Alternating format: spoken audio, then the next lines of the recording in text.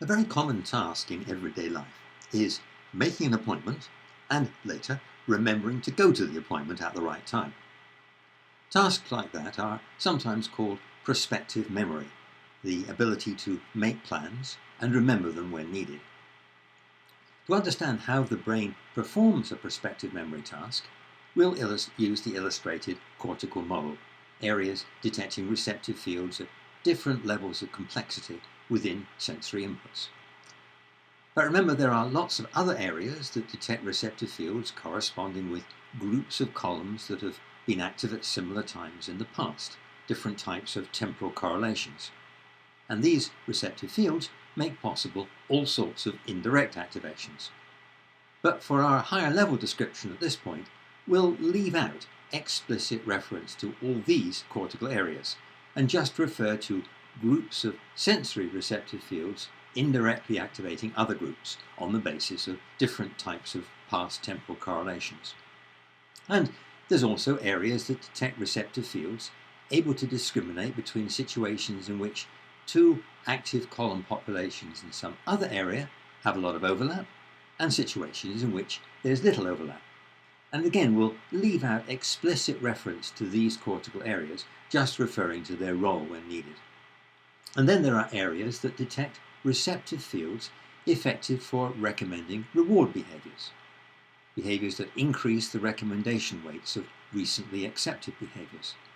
These can be receptive fields corresponding with very complex circumstances, and once more, we'll leave out explicit reference to these cortical areas, again, just referring to their role when needed. So let's suppose that the task is to make an appointment to see a doctor, and later to go to the appointment. When making the appointment, hearing the word doctor directly activates auditory columns.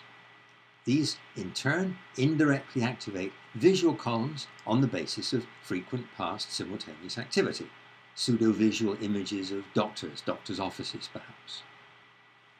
The words Thursday and 11 a.m. directly activate multiple populations of auditory columns, and the auditory columns again indirectly activate visual columns on the basis of frequent past simultaneous activity. Perhaps more complex receptive fields will be detected combining information from multiple words, and again, indirect activation of visual columns on the basis of frequent past simultaneous activity will generate a subjective experience as if the time was Thursday morning, at a different phase of frequency modulation from the columns indirectly activated in response to doctor.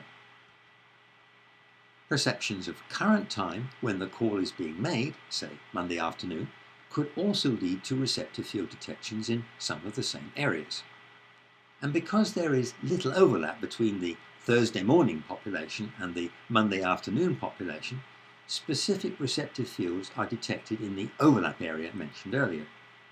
If there had been more overlap, different columns would have been detected in this overlap area.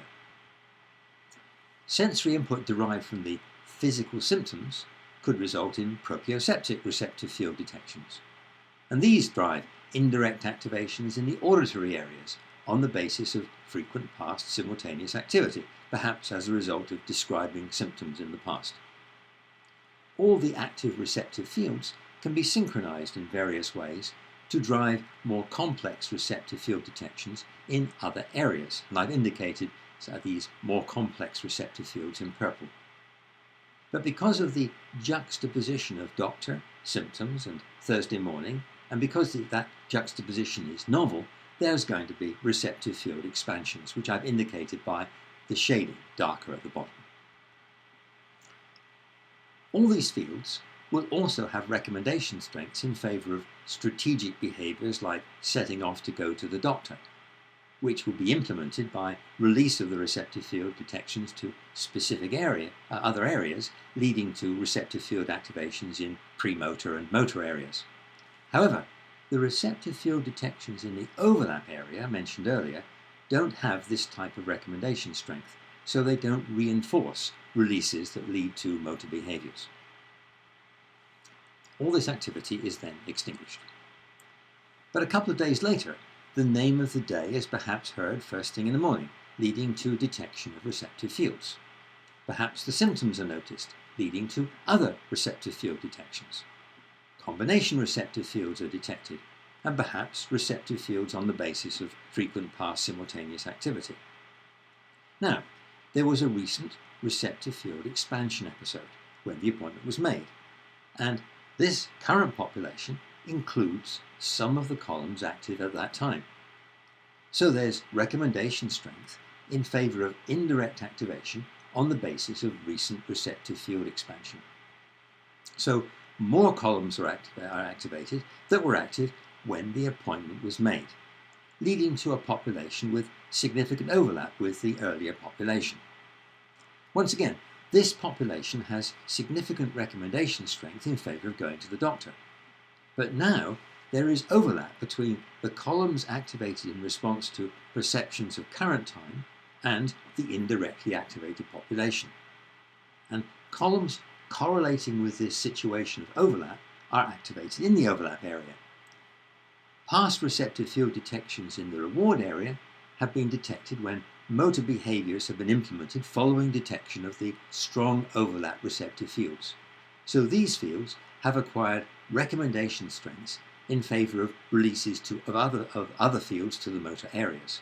Hence, the behaviour of going to the doctor is now carried out.